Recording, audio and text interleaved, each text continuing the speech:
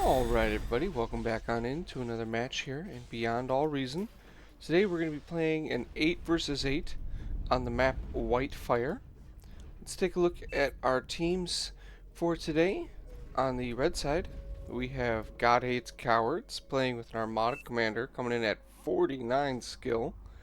Spawning on the front line here. Don't know if he's going for bots or vehicles yet. We'll have to take a look in a minute. On the blue side, the leader is Neza with an Armada Commander coming in at 37 true skill. Don't know how this worked here with the 37 beating out the 41 for the team captain, but it's alright. Going with Armada bots from the back line. This map we have here is north versus south. It is the symmetrical, however, the eastern and western sides are reversed. So you've got the basically flip over on this. So the sides will encounter different resistances because of where the high ground natural defenses are on either side. Because of this, you'll normally see the map, instead of getting split in half like that, it's going to be more like this. We shall see if anybody gets out and tries to change that with some early commander pushes and tries to hold their ground.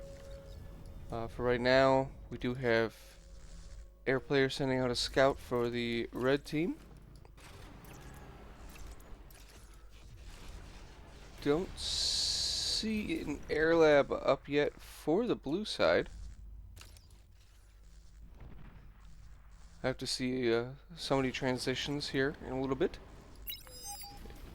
Here we go. Stud Lotus just wanted a couple bots before going into an air lab. We've got some ticks set up here for scouting information to try and prevent run-bys, which unfortunately the run-by does get right past them. Oh, but it stops. A little bit of a queued up and not watched actions there. Left one tick alive, just so he can sit there and look at the wreckage of his fallen comrades. The western flank, the pink and yellow commanders pushing up quickly. Don't like especially where these LLTs are. When you put them at the base of a hill, you're really asking for vision problems. I don't think they're gonna last too long there. If purple and the light blue here are pushing forward. Looks like Fuchsia's got a few ticks into the economy of blue. Got a blitz chasing them down. Neza's moving their commander in here. It's gonna be close. Nope, they don't get anything in the base itself. It's good for the blue commander. Yellow's trying to get their pawns in, but thinks better of it as purple was paying attention. Moves to intercept. Some big frontline lines of pawns, grunts, and ticks here.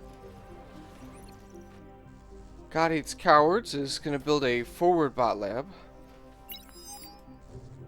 Already eating up the back line bot lab.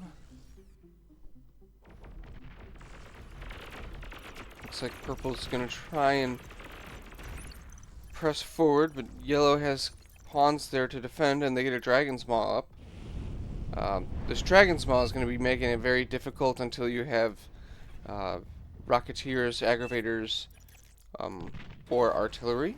They're very sturdy, and they deal very well with clumps of T1 units. Not to say you can't deal with them, it's just not very fun to deal with them.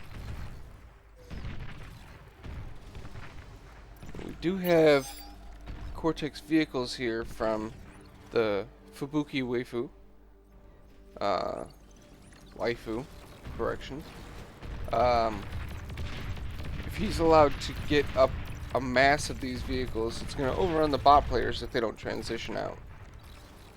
Especially if he goes with Lashers or Wolverines. As once you get enough of them, it's really easy to break enemy lines. And now he's going with blitzes here. Eric D-guns his own LLT and misses the tanks. There we go. Gets one there. We got a gauntlet built up here on the top, and it looks like Fubuki does not want that to be up there at all. On the high ground is a good place for those. Red comes in, gets a commander. He's going to be careful. He's getting collapsed upon by a couple different players here. That's Membrane's commander there. You can barely make out the colors. Neza's coming forward. He's going to reclaim, but God Hates Cowards D-guns it down so he can't reclaim the wreckage. Barely gets out with his commander, but he gets out. Over on the right side here, we've got Rocketeers going against Aggravators, effectively equal stats.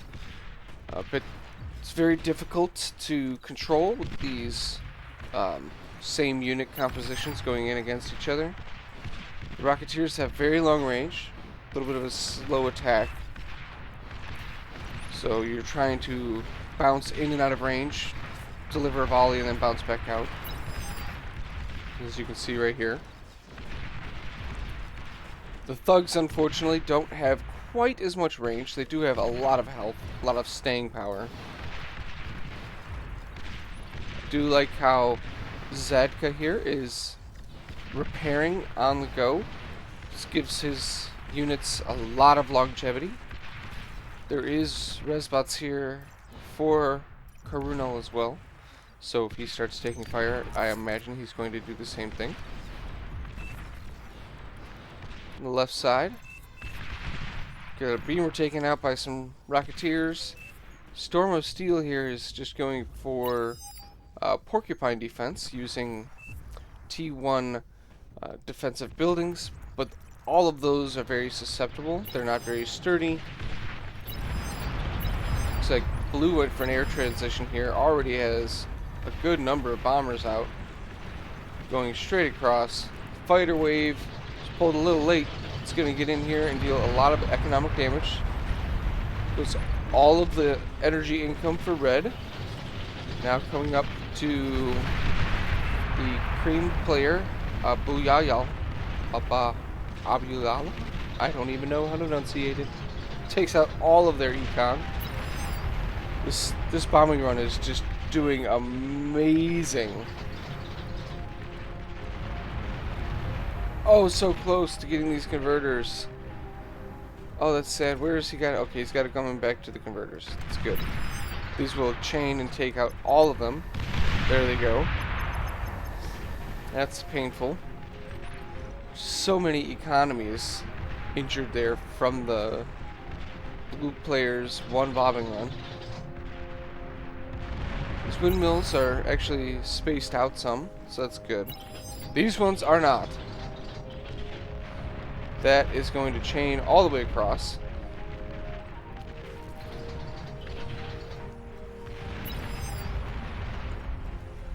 And the blue team was behind a lot in metal income. They still are a little bit, but their energy income now is growing. Their western flank here is crumbling, though, on the ground, as the combined forces of the pink player Hungry Lobster and the yellow player Warriors are pushing up through and are now onto the high ground.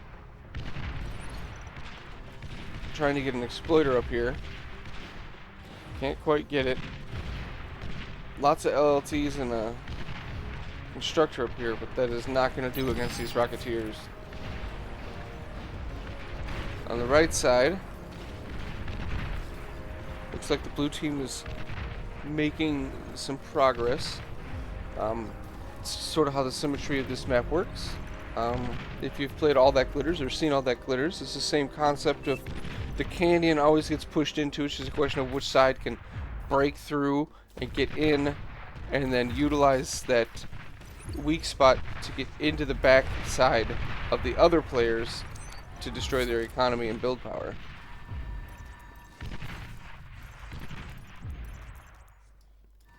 Purple's got a lot more units up here. Looks like he's slowly stabilizing. Going for a gauntlet of his own.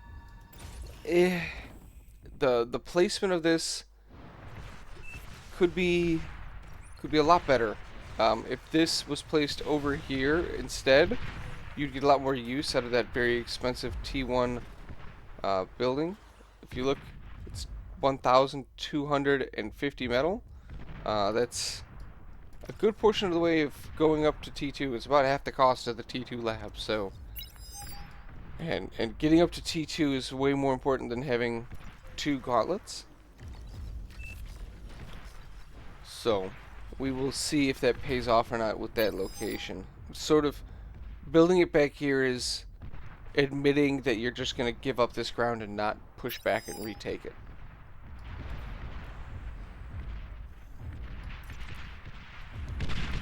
Been quiet here in the center for the most part.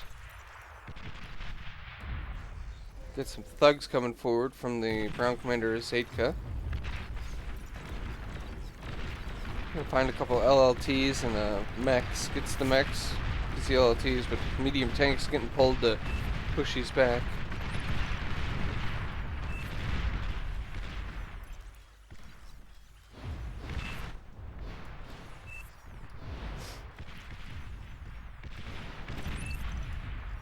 Yeah, players talking about the T2 transition here. That was quite quick. If it's not punished, it leads to a very, very good lead. If it is punished, in this case, it was punished because the bombing run came through and hit them while they didn't have forces. It can be a big hindrance, so we'll have to see if they can bounce back from that. The economies, red team is now ahead in metal and energy income, so blue really needs to step it up and bounce back with their scaling on the economy.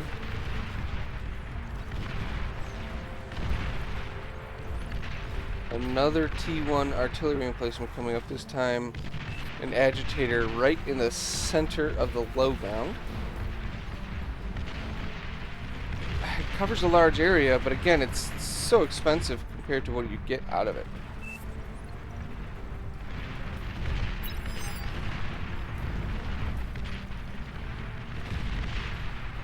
We'll have to see.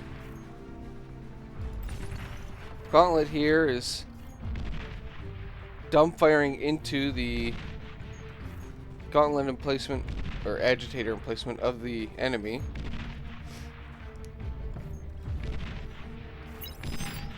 Not really going to accomplish too much doing that.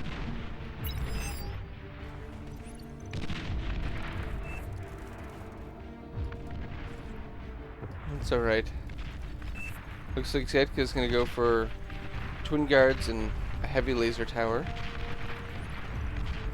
And it's out of range of the gauntlet or agitator here. Another bombing run coming in. Going for the fusion. Definitely enough bombers for that. Takes it out. Takes out some of Red's energy income. And looks like Warriors, the next one on the list. Wind turbines, converters, all fair game. And Warriors eco just goes up in flames as it gets bombed. More wind turbines getting taken out here. Flak towers, though, and chainsaws are going to put a really, really quick end to these bombers if he keeps just flying over them. I'm going to try bombing out the AA defenses, but not a good idea. I think the days of the T1 bombers are over here. Because with these Erebus flak towers, you can't fly over them. You just can't. But that being said, that bombing run did reduce Red's economy again and brought their energy income below the blue teams. If they can just capitalize on that and boost their ecos. We've got some T2 transition going on here.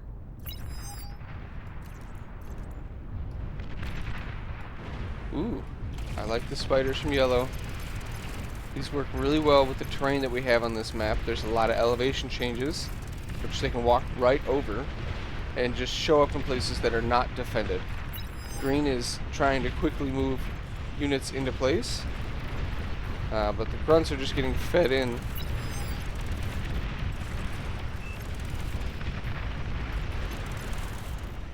These recluses, and then later on the Carcanet, really like them and their ability to just deal chaos and pull units away from the front line as people desperately scramble to try and defend areas that did not have a way for them to get units to. Well, it looks like Green has his own spiders building termites here.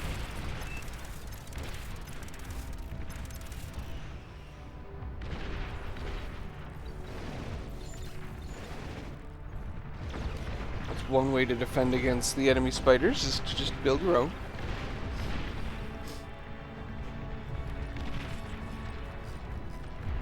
Oh, looks like teal player Colonel here has broken through on the right flank with their T2 hounds. Is now getting to the same position that the western side has for the other team. Doesn't have radar bot, doesn't have a jammer bot. And I think to keep pushing he's going to need those. But he might get the production here of Erikim, who doesn't have a lab in the back. So if this lab gets taken out, this entire right flank just becomes extremely vulnerable to any push. Fubuki here just slowly reclaiming with his commander. Good D-guns coming out of Erikim before his commander goes down. Takes out a good amount of these forces. Unfortunately, it's not enough.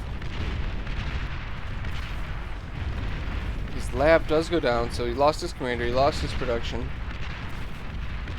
Don't see anything moving up right away to intercept. He's desperately building more production. Teammates blaming each other.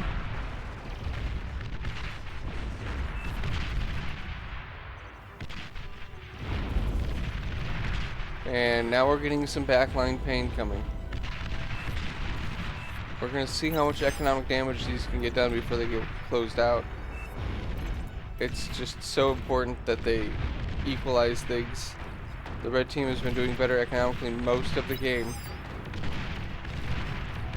These hounds, though, are just tearing up the economy.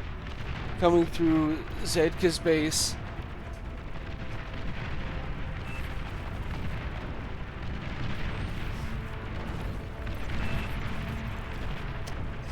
Like to see. There we go. Oh, well, the wind turbines are spaced out.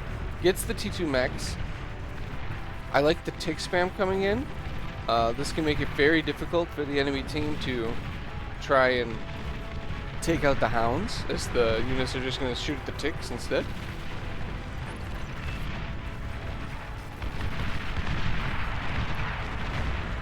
Mustafa moving in for some D-guns. See, gets 4 or 5 right there. Gets the rest, and that's before he's trying to shoot down the fusion. Doesn't get it. Mustafa saves his butt with that D-guns right there. Stops the economic damage. Meanwhile, Green's got fiends coming through here, just lighting up these wind turbines. Getting into Red's base. Running into a lot of units in defense, though. Red has hounds and welders of his own.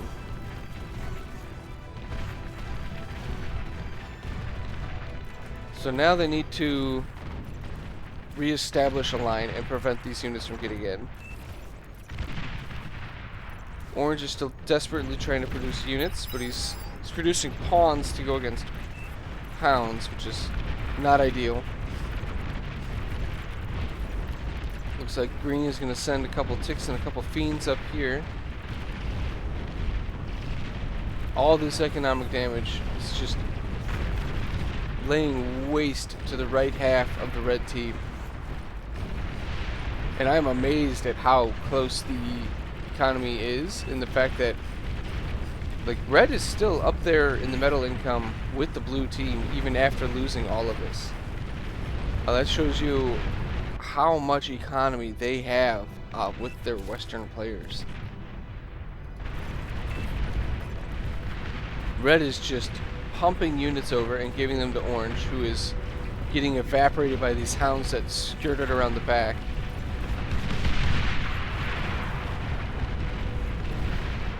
Converters go down, turbines go down, build power down. Ay.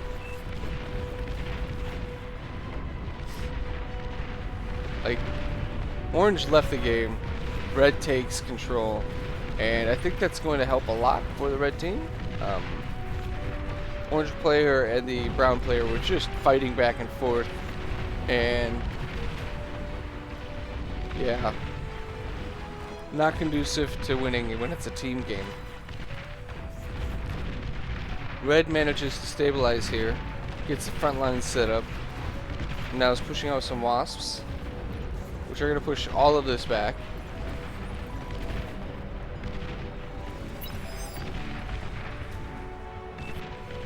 Red's energy income is down to 12k, Blue's energy income is at 16k.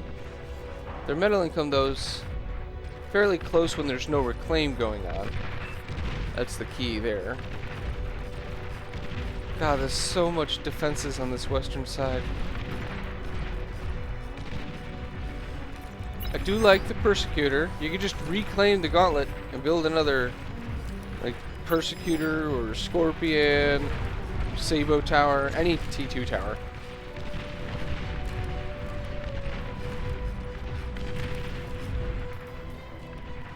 Fighters came up to deal with those wasps. There is still entrenched AA defenses, so blue hopefully doesn't leave his fighters up there. There we go.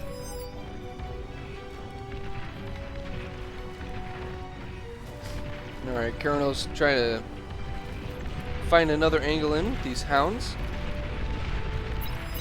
You can get some of the AA defenses, which will actually help if the blue player wants to try a bombing run again. If you get rid of the entrenched AA defenses, you can try and sneak in there again. The tick wave is finding like one of the best counters of them in these welders. The green player here went for one of the more popular combinations. He's got welders up in front, he's got jammer and a radar bot, and then sharpshooters. This does the welders up in front deal with the spam, and then the sharpshooters in the rear just annihilate high health single targets. Very high damage, very long range, long reload, and they cost a lot of energy to fire, but they can effectively stop all the way through T3 units. It takes a lot of spam to get through that kind of composition, so it works out very, very well.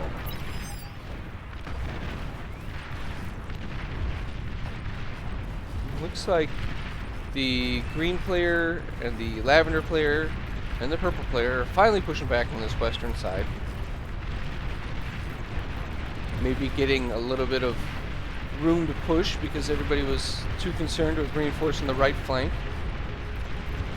Get fiends, termites, pawns. Going up against the hounds of the yellow player here. There's definitely enough hounds there. It's just going to be positioning to take these out. They need to get them before they get to this Aphis here. Hungry Lobster building their eco very far forward. Almost done with this Aphis. Oh, on cue, blue with the bombing run. Takes out the APHIS, takes out a commander, takes out the build power. Great bombing run there.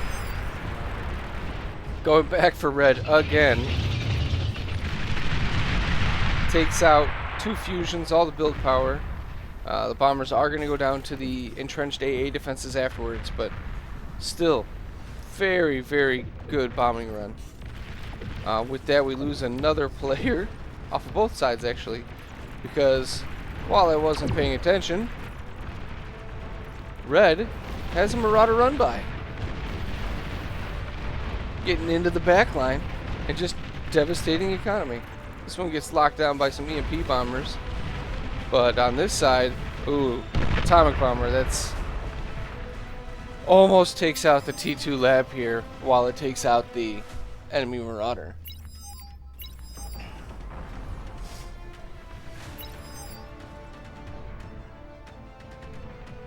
So we've got backline damage happening to both teams. The eco difference though is starting to run away as the red team keeps getting their economy bombed. The blue team is pulling away with their eco scaling, and this is going to make a huge difference in the longevity of the team itself. We now have EMP bombers going out to lock down the enemy. Marauders in the center dealing with all the pawns, just chewing through them as they're sent in. Meanwhile, on the west side, we just have pawn spam coming in. There's some Dragon's Maws, but they're not positioned well enough to get all of these. Warriors is de-gunning down pawns, but there's a lot of them. They're going to get the commander. Here he goes. Takes out a huge swath of the pawns as he dies, but they're not stopping. They are not stopping here.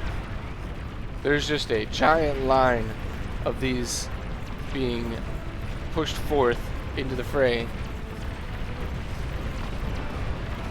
The player Hungry Lobster here desperately trying to build some T2 defenses. The real saving thing here is the Marauders that are coming in. They can deal with this spam. Marauders or Welders. The Dragon's Maws can if they were placed differently. Pawns are getting rerouted now. Just sort of standing by idly though, where they could be dealing damage. Not ideal.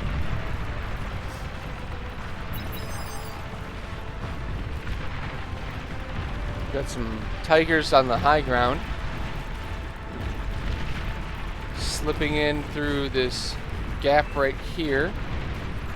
Able to come in behind Red's defense. Take out some advanced solars.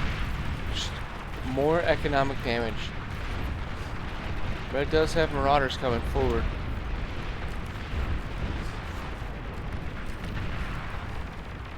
Yellow's built out a bunch of Welders to try and help deal with that spam that was coming.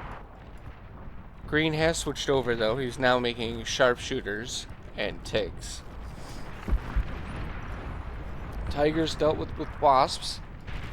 Meanwhile, still have hounds here on the right side. I think the cream player having a little bit of attention issues.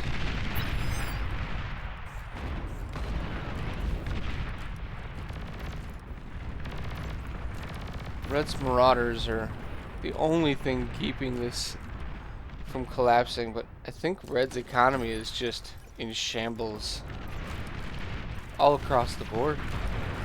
They're at half the energy income and 150 metal income below.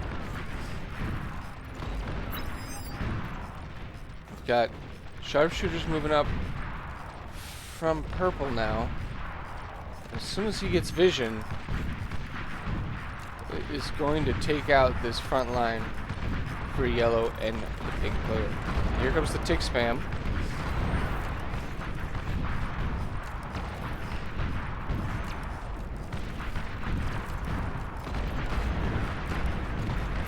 wasting a lot of the sharpshooters on ticks. Red is pushing back against the teal player Cardinal here. Marauders with pawn spam. But the EMP bombers coming down to deal with this. Ooh, this is locking down those Marauders, the EMP bombers. Fighters are pulled into the area. There are sharpshooters here to deal with these Marauders, but they're moving forwards. More EMPs.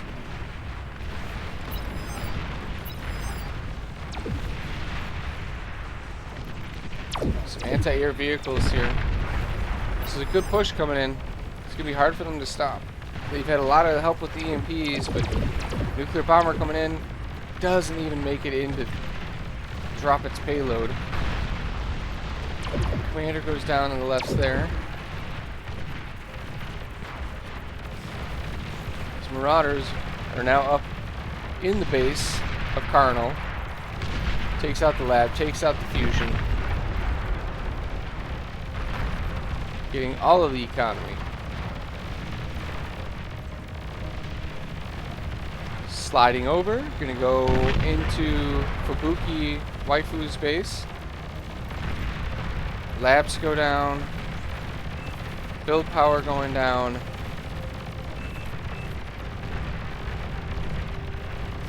This is spelling disaster for the blue team. Just economy getting pulverized as that right side collapses to Red's push with these Marauders. We do get a pit bull set up here, and there is a sharpshooter. This Marauder is not going to be much longer for the world. It needs to get whatever damage it's going to get done. Up, down it goes. One more left over here. Doesn't finish anything off, gets distracted and pulled in different directions there.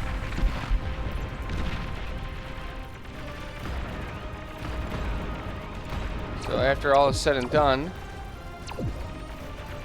the economies settle out with the red team still far behind in economy. Got pulled closer in the metal income, but the energy income is just still a huge disparity. We do have spy bots coming out now. Provide vision, and when you self-destruct them, EMP everything in range. Meanwhile, on the left side here, purple and yellow duking it out.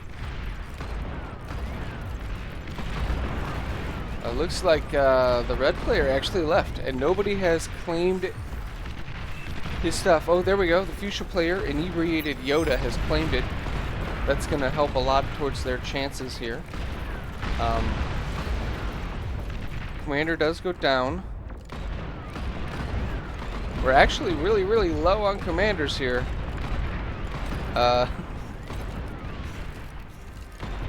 Red team has 1 commander left.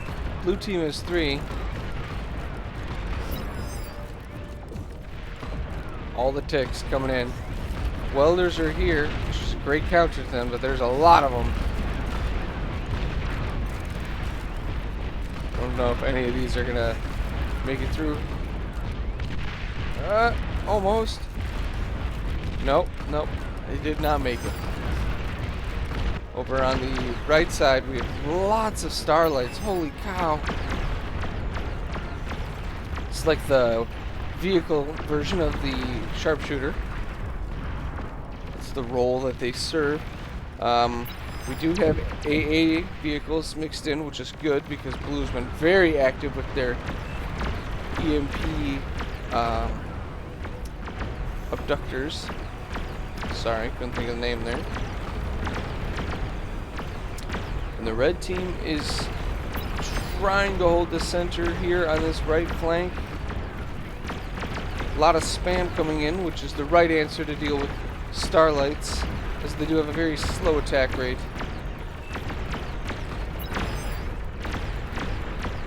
Need some lightning tanks like this, along with this, to deal with the pawns, grunts, and ticks that come through.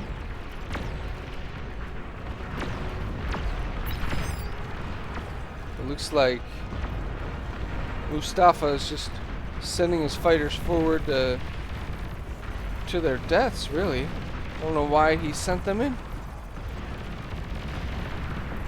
He had 3 bombers, no, he had 5 bombers, but not a very large force in comparison to everything else that's been going on the field. All of the cream players' forces have backed up to on the high ground here. Fuchsia's got just a huge wall of pawns, which for at this state in the game are just chaff. That's all they are. Something to distract the enemy's targeting. And the green player is able to just way outproduce. Look at that. Just a solid line of production coming through. We'll go for these AA vehicles and the Starlights. And at that, the red team does GG out. Blue team takes the win. If you guys enjoyed the video, please leave me a like down below. If there's things that you want to see or things that I can improve upon, leave me a comment in the comments section. Otherwise, we'll see you again. Thank you.